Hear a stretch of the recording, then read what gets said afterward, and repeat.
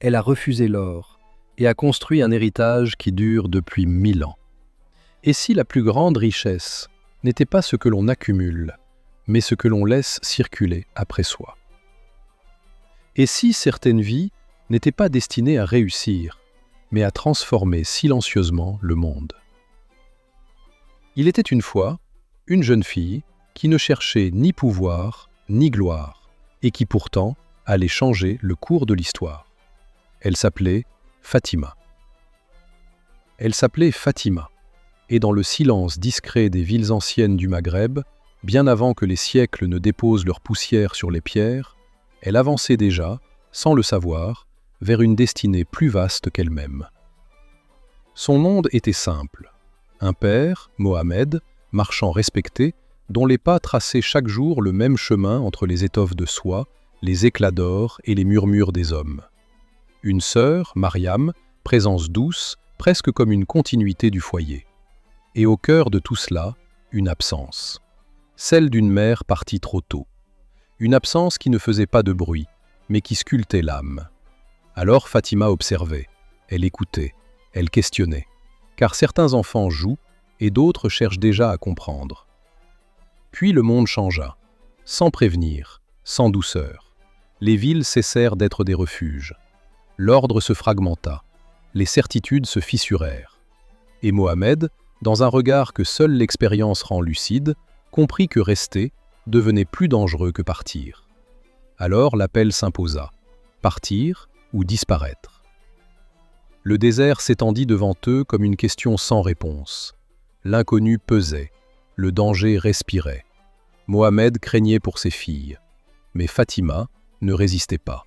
Ce que certains fuient, elle l'accueillait, car au fond d'elle, quelque chose reconnaissait déjà ce chemin.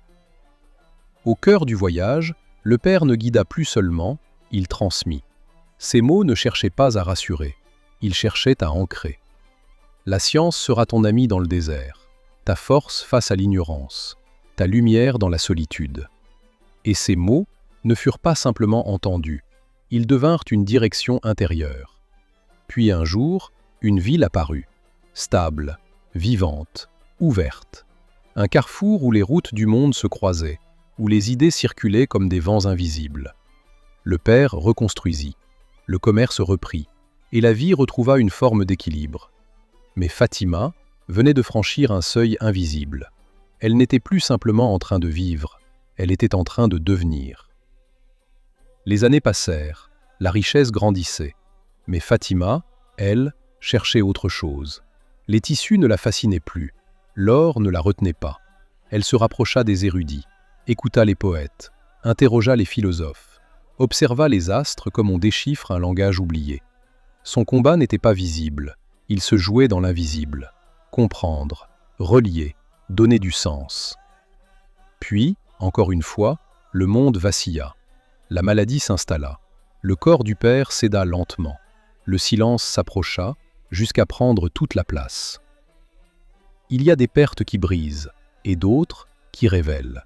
Fatima traversa des mois d'obscurité, une douleur sans forme, sans réponse. Mais au cœur de cette nuit, quelque chose resta vivant. Les mots de son père, la direction qu'il avait tracée, le sens qu'il avait semé. Et dans ce point fragile, une transformation s'opéra. Elle hérita d'une immense fortune, mais elle ne vit pas de richesse. Elle vit une possibilité, celle de transformer, celle de prolonger autrement, celle de donner un sens plus grand à ce qui lui avait été transmis. Alors elle choisit, non pas de continuer, mais de réorienter. Elle décida de bâtir, pas pour elle, mais pour les autres, pas pour aujourd'hui, mais pour le temps. Ce n'était plus la jeune fille du marché, c'était une femme transformée. Elle ne cherchait plus à accumuler, elle cherchait à transmettre. Une mosquée, un lieu de savoir, un espace où l'esprit pourrait s'élever. Sans le savoir, elle donnait naissance à l'une des premières universités du monde. Les années passèrent, puis les siècles, mais ce qu'elle avait bâti resta. Car certaines vies ne se mesurent pas à leur durée, mais à ce qu'elles laissent circuler après elles. Fatima n'avait pas cherché à être mémorisée, elle avait choisi de transmettre. Et c'est peut-être là que commence l'éternité. Maintenant, avant de refermer cette histoire, pense à ta propre vie, à ce que tu construis, à ce que tu poursuis, à ce que tu accumules. Et pose-toi une seule question. Qu'est-ce qui restera quand tout le reste disparaîtra? Car peut-être que ton véritable héritage n'est pas ce que tu possèdes, mais ce que tu choisis de transmettre. Et si cette histoire t'a touché, partage-la avec quelqu'un qui cherche encore le sens de ce qu'il construit. Parce que certaines histoires ne sont pas faites pour être écoutées, mais pour être continuées.